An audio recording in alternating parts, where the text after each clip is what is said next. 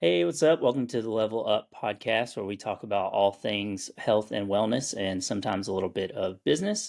So today we have Ellen on the podcast. Ellen, thanks for joining us. Oh, thrilled to be here. Awesome. I guess let's just start with who do you are and what do you do? Who am I and what do I do? Okay, well, I am Ellen, and I'm going to start out by sharing my. Can I share my story? You do whatever you want. Do whatever I want? Okay. So, who am I and what do I do? I was a surprise package for the company I'm working for now. And the company is called Habit Aware. And Habit Aware launched in 2017 in March, and they sell an awareness bracelet. And it's a bracelet specifically that helps people with a mental health condition that's known as body focused repetitive behaviors. So, Kevin, you probably have heard of nail biting. Everybody's heard of nail biting. I do it. You do it. Okay. Well, then you can pay attention even more clearly. Yeah. So there's some more BFRBs, body focused repetitive behaviors, and one of them is called trichotillomania, which is a mouthful, and that is compulsive hair pulling disorder. There's also dermatillomania or excoriation disorder, all terrible names, and that's compulsive skin picking. There's other ones too where you can bite the inside of your mouth and picking your Mhm. nose and things where you want to stop, but you feel like stopping's impossible. So I have trichotillomania, pulling my hair from my scalp, and I started when I was 10 in 1976 before they had, the internet. Yeah. And I thought I was the only one in the world.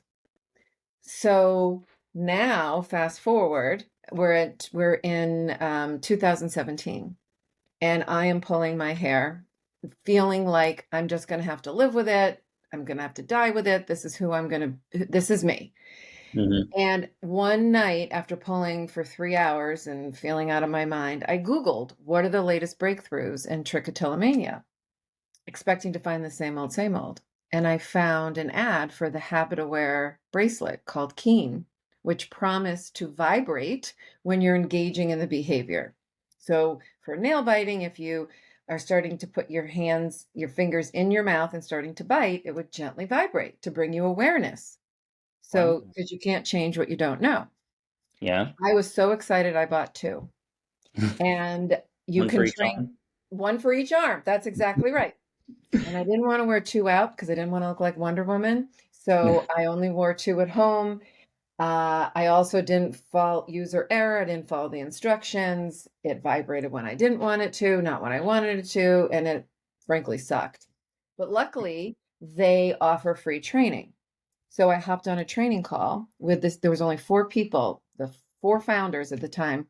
And I hopped on with Samir, who's the CEO, and he helped me realize what I was doing wrong. I trained it improperly. So then I trained it correctly. And oh my gosh, it was unbelievable because then it would start to vibrate when my hands were up by my head. And it worked so well for me that I reached out to the company and said, I have to help others the way you guys help me. I'm in Washington, D.C., they're in Minneapolis. I was a surprise package. And we decided, hey, let's give it a go.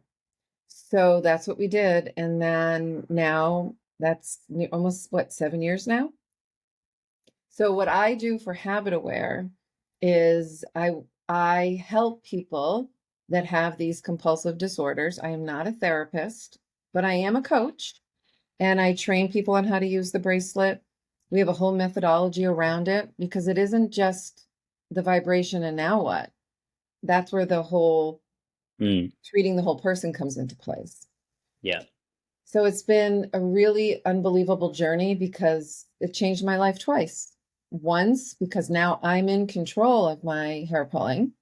Hmm. And two, I get to wake up every day and help others find their BFRB freedom.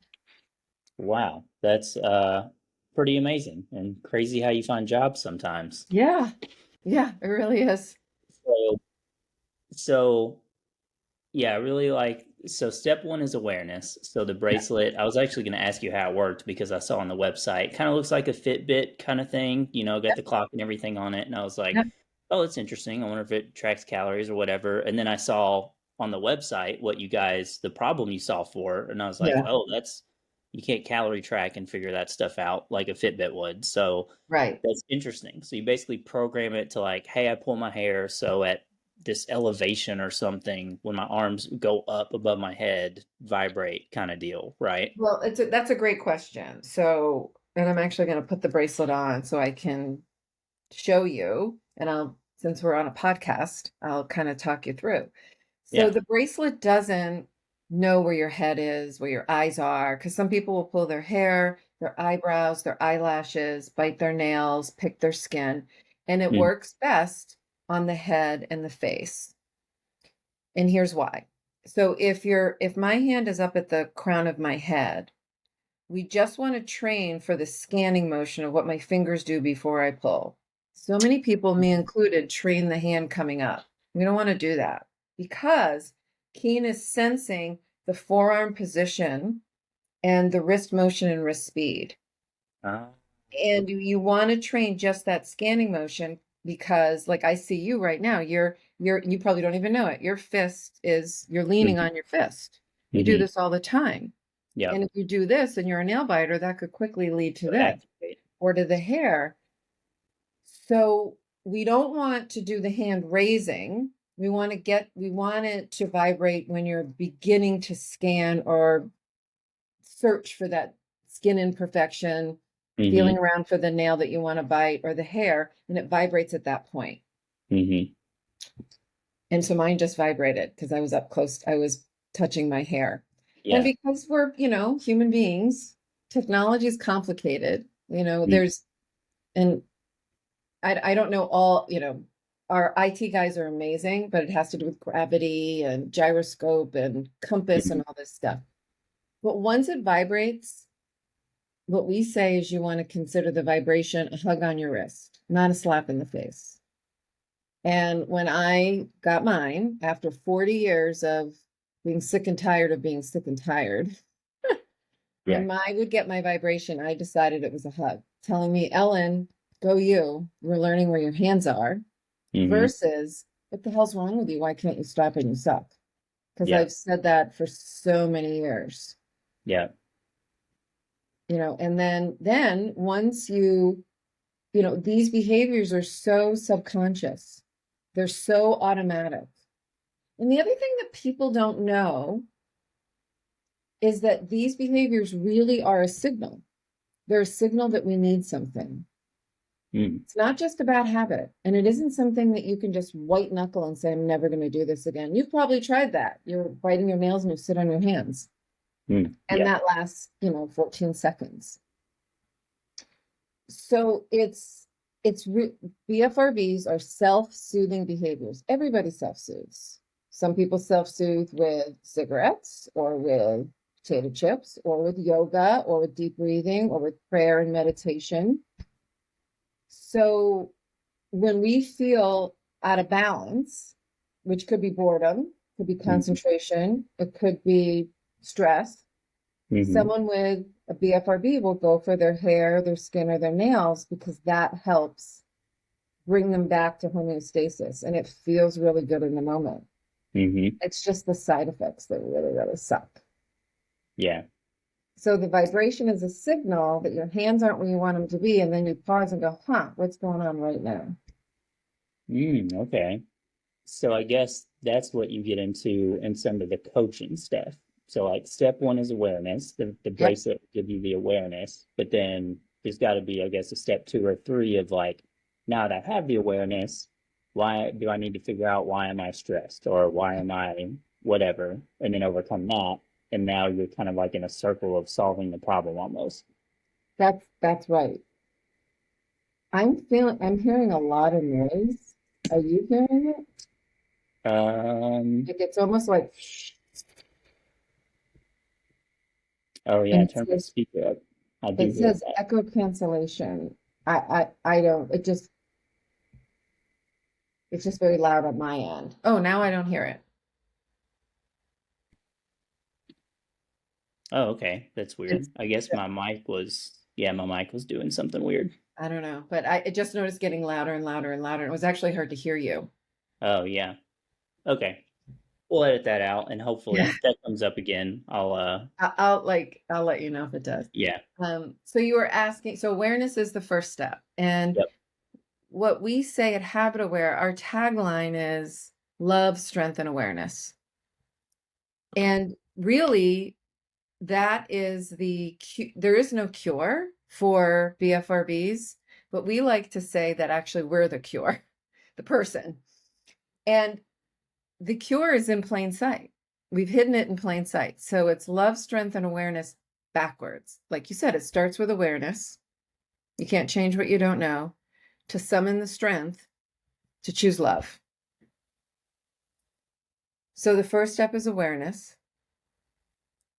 And then it's what's going on. And it could be little things. I call them the little things. Like it could be that you're tired. It could be that you're hungry. It could be that you're overwhelmed with a project that you're doing. It could be something big like, oh my God, I'm in the wrong job and I need to find a new job. Or I'm in a bad relationship and I need to get out of this. Doesn't matter. I mean, it matters, but it doesn't matter. And we're doing this behavior because we want to trance out or we want to just escape from whatever's going on. And it also could be something that helps, like for me, it helps me concentrate. So if I can understand that, then I can choose healthier behaviors to get me through the concentration, combat the boredom, or so that I'm not pulling, I'm doing other things that are healthier. And I'm choosing, that's the strength, because it's so much easier, right? It's so much easier just to pull, right? So much easier just to bite your nails. So much easier just to, not do what you're supposed to do. So it's summoning that strength to choose you, to choose love. You know what? I'm going to do this for me. And that's how we build confidence, right? You build confidence on the back of adversity. You don't wait to become confident to do something. You have to do something. And then you learn from that and the confidence begins to build. Yeah, I love that. So you're kind of strength comes in, so you start thinking of you have the awareness, and short term, if I keep doing this, it's going to feel good now, but Yeah. now long term, I'm now aware of the effect it's going to have. And Yeah. then yeah. And the effect is immediate. So if somebody, for example, eats 12 cupcakes in 12 minutes, they're not going to gain 12 pounds in a second. If somebody's sitting there pulling their hair or biting their nails or picking their skin, they can do a lot of damage in 12 seconds or 12 minutes. So the side effect is immediate. And then you feel like crap and it's this vicious cycle. So it's interrupting the cycle, Mm-hmm. and it's also bringing in lifestyle changes too, because I know for me, a lot of my triggers were being up way too late at night, working Mm. late, watching TV late, reading a book late, and that was not healthy for me. So if I got to bed a little bit earlier and got more rest, then my behavior started to, with the awareness, the strength and love, and all those good things, it would start to diminish more. Got you. Yeah, it's so crazy we connected because as I told you before we hopped on, I talked to basically anyone in like the health and wellness industry, but the first one of the words you said I've seen before because I actually dealt with it for a couple years. There's the one that started with the T, the hair pulling thing. Oh, trichotillomania. Yeah, it's a Yeah. terrible word. So, Yeah. so what happened with me was I found that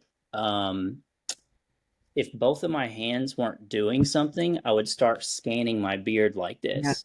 Very. And my OCD would kick in, and I'd be like, oh, there's one hair right here that's longer than all the other hairs. And I would eventually just got into this subconscious, like you said, it's like autopilot, where Yep. I'm sitting Exactly. here, I'm sitting here working, and I'm just doing this, and I'm slowly just pulling hairs out one by one that I think are longer. Maybe they are, maybe they're not. I don't know. And then 20 minutes goes by, and I'll look down, and there's just a pile of hairs on my desk, and I'm like, I get this gross feeling like I Yeah. hate this. Why is this doing this? Yeah. And obviously, I just heard about you guys whenever we connected for the podcast. I didn't even know anything like this existed. I just also did some Googling, found out the word for it. It's like, yeah, hair pulling, OCD disorder kind of thing. Um, and my fix was I just shaved my beard. So for like 3 months straight, I just didn't have a beard, so there was nothing to pull. Right. And now I've kind of like, I guess, trained my hands to just do other stuff. Like I'll sit here and play with a pencil, or like my daughters Mhm. have fidget toys, I'll have a fidget toy around. Mhm. um, but yeah, I could definitely see how, if I would have had something, because it lasted for probably 3 or 4 years. I was actually even getting like patches in my beard where I would pull so many hairs out it would thin and stuff, which Yeah. luckily it's grown back. But yeah, something that could have told me like, hey, you're doing this 1 minute in instead of 20 minutes in, Right. I could see being a huge help, even just the awareness of it. Yeah. And what your story is very, very common. And we lose time when we do it. We get grossed out. We're like, oh my God, what the hell's all this hair doing there? I Hmm. remember being in high school and the bell would ring and I'd look down to grab my books and there'd be all this hair. Like, oh my Oh God, yeah. see me? And I'm looking around like, oh my God. Because it's this deep, deep feeling of shame. Hmm. Why am I doing this? These are my hands. Why can't I control my hands? And I applaud you for sharing your story and for getting the word out because awareness is so important. Hmm. Awareness of this disorder. 1 in 20 has a body focused repetitive behavior. Wow, really? And that's a lot of people. Yes. And Common. like you, some people are like, oh, I didn't think it was anything. Every people know what OCD is. And by the way, Hmm. body focused repetitive behaviors, BFRBs, are not OCD.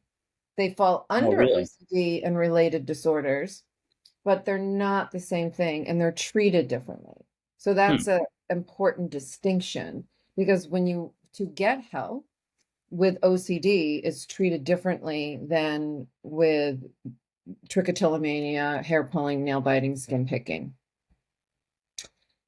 And no one wants to be part of this club. Who wants to be part of my club? But Yeah. I'm anyone out there listening, you want to be part of if you are part of this club, even though you don't want to be, when you come into my club, I will take really good care of you. And what we do is we have our bracelet, and that's how we started. And Anila, who's the co-founder, she and I together have come up with this methodology, and we realize community is so important. It isn't just the tool, it isn't just the vibration, it's how you associate with the vibration, and it's what we call using the clues. You're like, what do you need right now? And so we've started a community. We have an adult community online where we do the work together.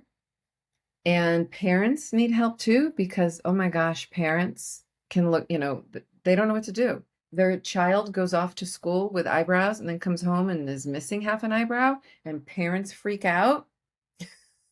And I know because I'm a parent. Yep. So what do they do? And we have parent huddles for that, where parents can come and I lead those, and they can learn fact from fiction, have a safe space where they can go, oh my God, I don't know what to do. I'm afraid my child will never get married. Hmm. And starting soon, we're going to have kids huddles and teen huddles. But there is one other thing that you said that I think is really important. You said that your solution was shaving your beard, which is a Yeah. great solution because you're making it harder to get to. And Hmm. then you're learning other behaviors, healthier behaviors, well, because you can't get to it. Well, what if you can't shave? What if you pull your hair and you don't want I to shave know. your head? And guess what? You're a guy. You're allowed to have a beard. Why should you not be allowed to have a beard just because you pull your hair? So it's important for people to know that there isn't anything wrong with them. This happens to be a chronic medical condition that can be managed. Totally. It doesn't just go away. Just like I liken it to learning disabilities because I discovered she had some learning disabilities. So her ADHD is never going to go away. Her receptive language is never going to go away. Hmm. But she can learn how to learn. And so that's what she did. When she was in 5th grade and we discovered this, she went to a school that taught her how to learn the way she needed to learn. It's like dyslexia. Hmm. And now she is in college on scholarship, rocking it. Does she still have learning disabilities? Sure thing. Can she manage them? Yep, because she's learned. Yeah. And that's the same thing with this. Well, that's awesome. I love the community aspect of it. I think positive peer pressure is a good thing. And that kind of gives you, if you're accountable to somebody, to even if it's not hard accountability, like, hey, how many times have you done whatever, but just knowing that you have something coming up or know you're going to get on this call and talk about this. You don't want to be the person that's like, well, I haven't done anything to progress my goals the whole Yeah. time. So yeah, I love the community aspect. And yeah, I mean, with me, I guess I had an easier fix because I could just shave my beard and then there's nothing to pull. And then eventually I retrained my hands. But even now, it's probably been 6 months, a year, something since I've done that. Even during this, I've noticed myself do this probably 6, 7 times now. And it's that same thing. But when I feel a hair, I'm just like, no. Like, I don't know. I have the self control now to just be like, no. And you But have the awareness. You have yeah. the awareness to pivot, right? And I do the same thing.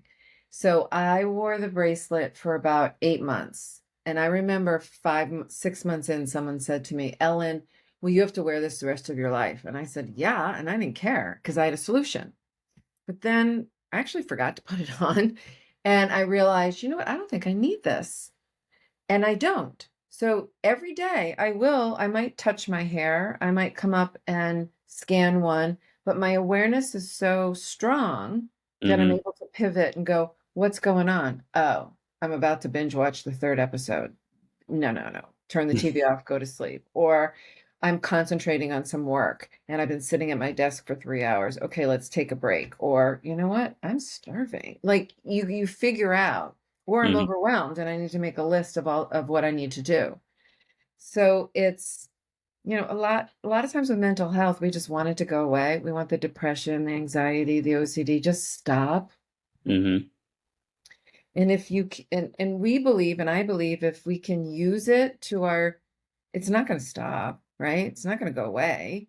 However, we can have a different mindset and use it as a signal or superpower going, oh, I'm feeling X. So that means something's up. Let me pause and be a detective or a scientist and kind of assess what's going on and what do I need. So mindset's huge. Yeah, for sure. And yeah, all these things, the ones you listed, plus were they called BFRBs? Yeah, BFRBs, body Yeah. focused repetitive behaviors. Yeah. Yeah. And yeah, they seem to be like a wall almost. Cause I've had a little bit of anxiety and stuff well, I don't know, off and on as well. And, yeah, it's hard without the awareness, it's hard to get past whatever that is doing because, Yeah. like, I need to be productive, but my hand's doing this and won't stop doing this. And then 30 minutes later, I'm not productive. And then I'm ashamed. And then all of that. And yeah, getting over that barrier is like Yeah. super important, I think. Yeah. Yeah. Yeah. I mean, I think awareness is the key to so many things. Yeah. And I found really that the awareness transcended. So when I first discovered the bracelet, all I wanted to do was just stop. And then I learned, oh, stopping's impossible, but I can manage this. Mm. And it was all about just blocking the behavior and using fidgets and drinking water and like trying to do other things. And then I'll never forget one day I left my stepmother's house. And sometimes she bugs me. Hopefully she's not listening to this. Sometimes she bugs me. And I got into the car and I immediately went to touch my hair. And I said to myself, oh, I know why I'm doing this. It's because she bugs me. And then I said, Ellen, is what she did really that bad? And it really wasn't. And that made me be more aware of also my emotions and what's going on.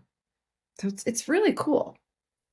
Yeah, I love that. It's like a bridge to so many other things happening now. Yeah. You have the awareness of doing this or this, and now it's bringing you into awareness of, well, why am I doing this? Because of that situation. Oh, me and my stepmom didn't get along today, and now I need to fix that. Maybe I should go back in and talk to her or whatever. Yeah. I love that. So you started, you said 2017, right? Is when you Yeah. were at Habit Aware, and Mhm. were you a coach the whole time in there?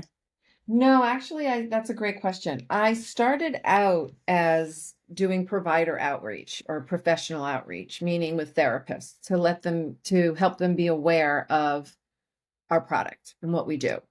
And that was Gotcha. my main thing is I did cold, it was like sales in a way. I wasn't Hmm. selling them the bracelet, but I was sharing our company and what we sell. And then that sort of morphed. So it morphed into also working with customers and then helping people get the bracelet trained. And then Anila, as I mentioned, the co-founder, she and I just started realizing, we need more community. We need to help people with coaching. And so I became a peer coach. So I kind of do a little bit of everything at the company except write code on the bracelet. That's the only thing I don't do. Yeah, that seems like something might be a little hard to do. That's I could see this being super popular. I remember even when I was doing my research on like why I was doing this so much. I found myself in a lot of Reddit groups, a lot of Reddit forums. Even I think I found some like Facebook groups and stuff. So it seems like people kind of yearn for community around this, like knowing that I'm not the only one kind of deal.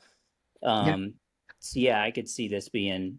I don't know how much you guys go into like Facebook groups and Reddits and stuff and Mhm. post about it, but I could see there being a big demand for a community built around like, hey, I'm not the only one that pulls my hair out, and there's other people that manage it and get. They're not doing this all day now. They got a fix for it. Yeah.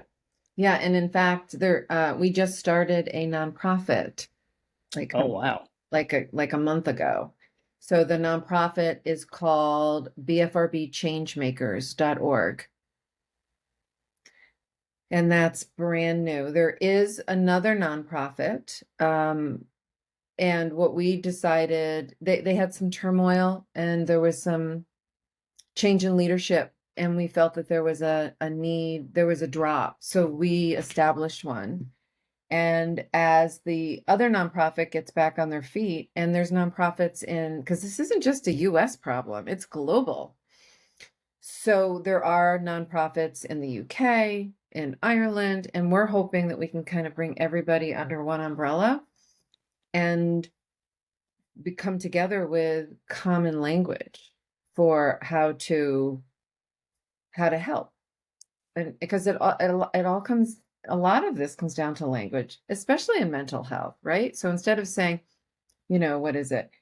Like with ADHD, someone might have ADHD, but they're not ADHD, right? It's all about identity. You might Mm. have OCD, but you're not OCD. You have an OCD condition. OCD is not an adjective. Don't you hate it when people use it as an adjective? That's like saying like I feel depressed, but I'm not depressed kind of thing. Right. And Yeah. that's It's like, like a yeah, I yeah. know what you mean. So I have hair pulling disorder. I'm not a hair puller. So when I'm in groups and people say I'm a hair puller, I'm like, wait a minute, start over. You're not a hair puller. You have hair pulling disorder. You're not a nail biter. You might bite your nails, but you're right. So you, Kevin, are because you mentioned you the have the kids. T Well, you have word. trichotillomania, but you have Yep. kids, which means you're a dad, you're a Yep. son, you are a podcaster, you're a friend. You're all these things. You just might have OCD and you might have trichotillomania, but you're not trichotillomania.